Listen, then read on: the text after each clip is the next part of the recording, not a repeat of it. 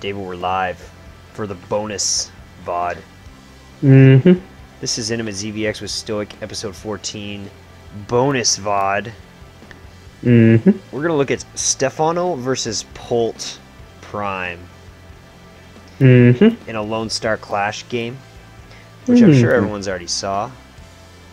I apologize. I apologize for the quality, guys. Lone Star just isn't up to par with Sean's computer. So, let me fade out the music. What is it? Kings of Leon. Fading down.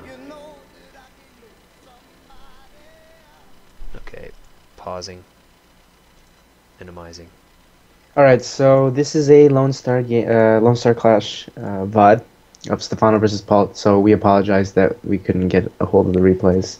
We aren't anybody, so no one gives a crap. They're not going to give us the replays. Aww. But we will be using their VODs, so don't worry. I'm pretty good at watching VODs like this. I do know exactly what they're building without actually having to click and look. Sick tournament, by the way. Yeah, awesome. Well done, Lone Star Clash. So we are going to be looking at this in the perspective of Stephano, but we cannot control where they spectate, so just hang in there, listen to what I say, and I shall guide you through Stephano. I am at 138.15. Are you ready? Or sorry, 738.15. Yeah, that's it. Okay, we'll do a sync check in about 5 minutes just in case. Okay. 3, 2, 1, play. Alright. Alright, so this game is on Cloud Kingdom, and the thing with this map is it's actually very strong for Terrans to go Banshee openings. And Polt does take advantage of that, and he does open Banshees on this map. It gives you a lot of control. And the reason why I chose this replay is Stephano, to play Polt in this series, developed a build in which he takes an early gas, gets speed upgrade, and gets a Roach Warren really quickly in order to pump out a very small number of defensive roaches, usually about 4. And he uses that to kill off the Hellions so that he can sneak a drone out and take his third super fast. And then from there, he fends off early aggression from just Ling and Roach and then goes into Infestors. Now, as I said, this map is very common for Terran to go Banshees on, and Banshees on paper, especially when you're trying to take a third, are extremely good against Roach openings. They basically make your Roaches useless.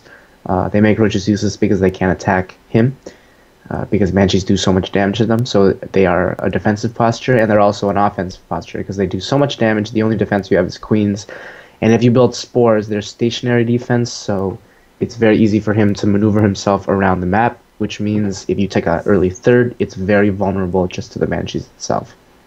So that is what's going to happen in this game, and we're just going to see how amazing Stephano's decision-making basically is in order to be countered in build, but still come out ahead and come to win the game. And not only win the game, but completely smash the game too. So it's quite exciting. So what's your time at in-game? Count it. 18, 19, 20, 21, 22. Yeah, we're right on. Okay, good. Alright, so he did open 15 hatch. He either did a 16 pool or 15 pool, and he does a 17 gas. Very, very standard for his opening. And once he gets speed, he's going to pull off. And then he pulls back on gas extremely quickly when he puts down his Roach Warren. So we're about to see that. Stephano does not drone scout this game. That's because Polt never not opens reactor Hellions. So a little bit of meta gaming going on, but just excellent decision making into the mid games, which what we're really looking for. So he does build 2 Zerglings here. These 2 Zerglings not only act as a scout, but if Polt does decide to send a random Marine down, those 2 Zerglings do give you some kind of army value. And they also kill off the SCV, so I guess... Well done. That was sick micro, actually. Yep. Alright, so he's building 2 Queens here, and notice how his gas deposit first goes into speed, and he puts down a Spine Crawler, just as though he was opening regular Lings. But once he scouts that he's going into Reactor Hellions, he's going to change it up a bit. So he's moving out on the map right now. Looking at Polt's base, we see that he opened a very greedy style Reactor Hellions. His Reactor Hellions are delayed, but it allows him to get his expansion extremely early compared to a normal expansion timing. And now you see Stephano putting down his Roach Horn, and he's collecting gas again. So he does go up this ramp, sees the swap about to happen. He knows reactored Hellions are coming, but he doesn't know what transition Polt is going to go into after that. It's very hard to scout a Terran base at this point. As you can see, Polt has been so greedy, I don't think he even has a Marine now. So just a lot of mind games going on. Very greedy play, but good play. Because what Polt does on this map is he gets out of Banshee and allows him to take his third, because it's so difficult for Zerg players to deal with that unless they go very fast mutas. So Stephano knows that Hellions are coming. He's going to build Roaches here, a very small number. And he's going to use this opportunity to send that drone out. As you can see, it's going down at the bottom. Man, these spectators are... Anyways, I'm not gonna say anything about the spectators. The observers. I mean the observers. And as you can see, he safely puts down his third. Now, the reason why he can put down his third without the Hellions bugging this, and he doesn't have to wait for the Roaches, is because Polt opened a very greedy style in which he gets the 2 command centers faster, so his Hellions are a little bit later, but you guys get the general idea. So now, excellent by Polt. He scouts the Roaches, builds a Banshee, and now Stephano is going to have to play like a really, really good player in order to make this work. So he's stretched on 3 bases now. He has basically 0 creep spread, doesn't have many queens at all, and has a bunch of Roaches, which are basically going to be useless. So these Roaches kind of do a little bit of fake pressure, because Stephano knows that it's very cost inefficient to trade off here. So, but he is going to run into the Banshee, and the Banshee is going to cause him a little bit of trouble. So, wow, it does actually, this is a huge overreaction. I can't believe he lifted that command center. That's a little silly. He's got nothing to deal with that Roach except the Banshee that's on the other side of the map. Yeah. So, I guess a very good decision for Stephano. Oh no, there's no Banshee out yet. I think there is one. Yeah, there is one. Oh, there it is, yeah. So here comes the Banshee, and the first thing Stephano does is put down this Spore Crawler. So we're going to see Polt try to take map control with this Banshee so that he can finally put down his second base, which was stalled by an excellent decision by Stephano. But as you can see, this third base is naked, so it's going to be a little bit of trouble here. He is finally going to see this Banshee. He's going to see this expansion, and Polt immediately goes for that Spore. So right away, Stephano quickly walks his extremely slow queens over, and luckily for Stephano, there is no cloak. And as you can see, Stephano always makes excellent decisions. You see how he had 2 queens going towards the Banshee there? He immediately realizes that Polt is kind of playing scared. That's why he backed off from the Spore Crawler and started attacking the hatch. So that was kind of a mind trick there, because technically 1 Banshee kills 1 queen, and he should have sent 2, but instead of doing that, he allowed that queen to go back and inject his second base, and the Banshee ran away even before seeing how many queens were about to arrive there. So, excellent play by Stephano. So now he is going double Evo chambers, and he's able to afford this because he does have a very early third base, and this will allow him to transition into that Ling and Fester combination that he is very, very comfortable with playing.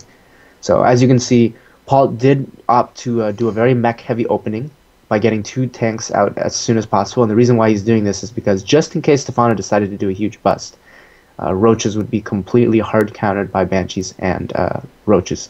So I do like what Polt does here. This is excellent pressure. You can just see how much damage Banshees actually do. It's pretty ridiculous, but at this point you can see Roaches and just the spores themselves will be able to fend this off.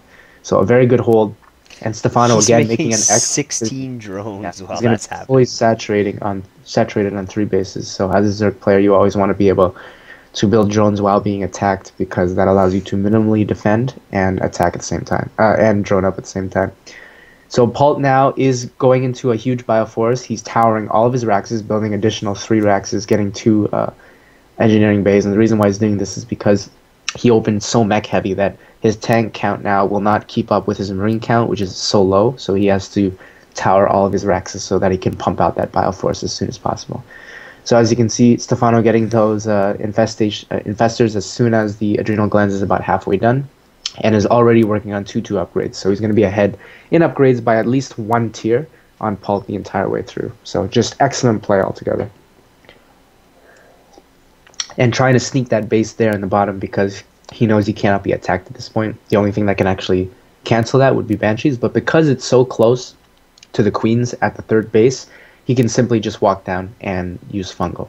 So this is why Stephano's play is so different compared to everybody else. Whenever he feels safe like this, he Does he immediately have? goes into Hive and just invests into later game stuff. So he really could pump out a huge number of units at this point because he is fully saturated on 3 base and max, but instead he stays on a low army value count and goes straight into, you know, double upgrades, probably going to put down a second spire, and just immediately invests into upgrades into the late game so that when he gets that army of Broodlords, Infestor, Corruptor, he is, you know, twice as strong as a normal army would be. So as you can see, always trying to sneak out bases, even putting down another hatch there, just excellent plays. Actually not that rich economically at this point, but always invests over and over and never builds units unless he absolutely needs to. So here we see him trying to run in there. A good decision to try, but Polt is situated properly. He does have a siege tank there, and he can lift up those depots. So as you can see, Stephano is pretty much trying to transition into Broodlords, and he's using these Zerglings to scout and to see whether he can be attacked or not. And as you can see, he already knows here, Polt is basically in an extremely defensive posture. I mean, he's building a wall at his 3rd base. He hardly has any Marines on the map. He has a bunch of siege tanks situated at his 2nd and 3rd bases. He basically doesn't want to die at this point. So it's so safe for Stephano to be slightly droning, to be building 2 spires, to be getting 3/3 upgraded on his melee, and to be expanding to his 4th and his 5th base. Just doing absolutely everything that will make his late game so powerful. Whereas right now, you know, he doesn't even have a supply lead. His army is complete shit. But he knows that he can't be attacked at this point, so he just invests into the late game as soon as possible. And this is just great, because as you can see, he is so ahead in upgrades. Already getting 5 Corruptors, and he's only at 160 supply. And Polt is in such a defensive posture that he's not even going to move out until Stephano has Broodlords. One thing to note here, he's down in supply, and I always hear Caster saying, Zerg is down in supply. That's not good for any Zerg player against the Protoss. It's only if you're stuck on tier 2. If I was going Infestor, Ling, Banelings with a little bit of Roach support, then I would not be able to be at this low count. But the trade-off is I would be able to max, you know, 6 minutes. Or even mute a Ling if you're down, if you're just Oh yeah, you want to mute a Ling if you're ever down in supply. You're pretty dead. But he's going for a strong army here that's good at... Yeah, just look at the production tab. You can see he is investing in absolutely everything. And it's a mistake for Paul to transition so quickly into such a crap army. I mean, his army is not weak, but against tier 3 it's weak. So I think this really separates him from, say, MVP. Not to say that Paul is bad. It's just MVP would have recognized what Stephano was doing and also stopped out 130, 140 supply and stopped making low tier units, because Stephano's not going to attack you. Why do you need those units? And then when they both max at this point, the difference in army is Polt here has a bunch of weak bioforces that aren't even upgraded, whereas someone like MVP or MMA would have probably had 9 ghosts by now with a maxed army, and then Stephano's army here probably wouldn't do this well.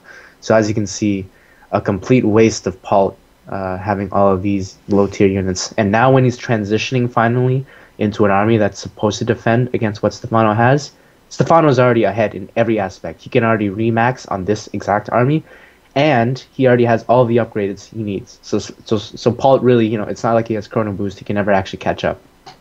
So just an excellent position for Stephano. And basically now it just comes down to his ability to attack and get a good position in which his Broodlords are outranging all of the ground stuff, and the Vikings are being killed by Corruptors. And Polt really does have to watch his Viking count now, because one good fungal, and if he doesn't have enough Vikings to stop these Broodlords, the Thors themselves will not be able to counter them. So just excellent decision making here by Stephano once again. He is a little bit lucky here to get these production facilities. It's going to hurt Polt so much because Polt has so much money at this point. He needs to be towering more Raxes, but just can't now because they're all going to die here. But this is what you do with Lings. And what it does, not only does it free supply, but it gives you full map control to kind of sit back and build a bunch of Broodlords again. So as you can see, a big fungal, and you never want that to happen, but this is just purely multitasking. Polt is dealing with a lot of things around the map right now, and you just can't play perfectly. So he has a huge doom drop at the bottom there, but it's not going to do that much because Stephano did actually build a ton of Lings, and he's actually sending them there right now.